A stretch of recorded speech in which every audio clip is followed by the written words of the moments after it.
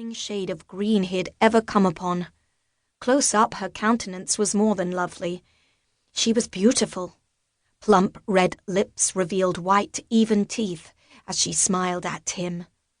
A genuine one, not the smile of girls at the assemblies who were trying their best to attract the attention of a gentleman. Not that those smiles were ever cast in his direction. As the second son, the spare, he held no status and therefore was of little interest to debutantes and their mammas looking for a splendid match. "May I introduce myself, my lady?" He bowed, his heart still not recovered. With any luck, she did not notice the raspy sound of his voice. At her nod, he cleared his throat and continued. "I am Lord Alex Pemberton's second son."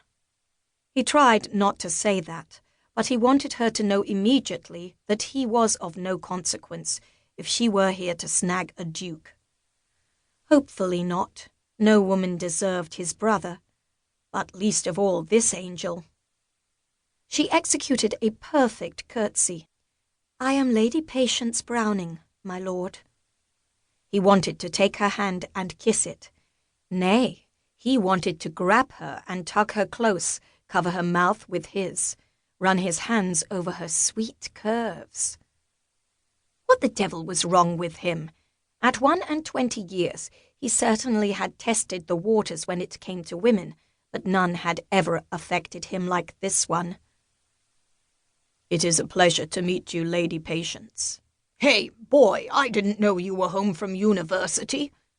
His father, the Duke of Bedford, slapped him on the back so hard he was shoved forward a couple of steps. "Yes, sir, I returned 2 days ago." Alex straightened his jacket and attempted to regain his dignity. The last thing he wanted was for Lady Patience to view him as a boy. "See that you make an appointment with my secretary. I need to go over a few things with you." "Yes, sir." Alex glanced at Lady Patience, who viewed his father with wide eyes. His father, the Duke, tended to make that sort of an impression on people. Mother clapped her hands to gain the group's attention. "I am sure our guests are weary from their journey, so I have arranged for tea to be served in a half hour, to give you all a chance to retire to your rooms and refresh yourselves." She graced the company with her hostess smile, seldom seen otherwise, as she pulled the cord to have servants assist the guests to their rooms. Alex watched Lady Patience follow her mother and a maid. She turned and gave him a slight smile before she left. He felt as though the sun had just departed the drawing-room. The Duke, as Alex always thought of his father, directed Lady Patience's father to the sideboard for a drink. Since no one had bothered to introduce him, Alex still didn't know the name of their guests. Except for Lady Patience. "Give that chit a year or two and a ride between those sweet thighs would be memorable." Cyrus sipped his drink and smirked at Alex. The muscles in his stomach tightened at his brother's vulgar words. "Close your filthy mouth. She is a mere girl." "Ah, but mere girls of 6 and 10 years turn into long nights and sweaty sheets." So, since his brother seemed to be in the know, Lady Patience was 6 and 10, and not yet out. No surprise there.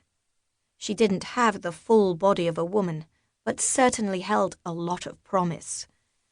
Then he felt as dirty as his brother with his thoughts.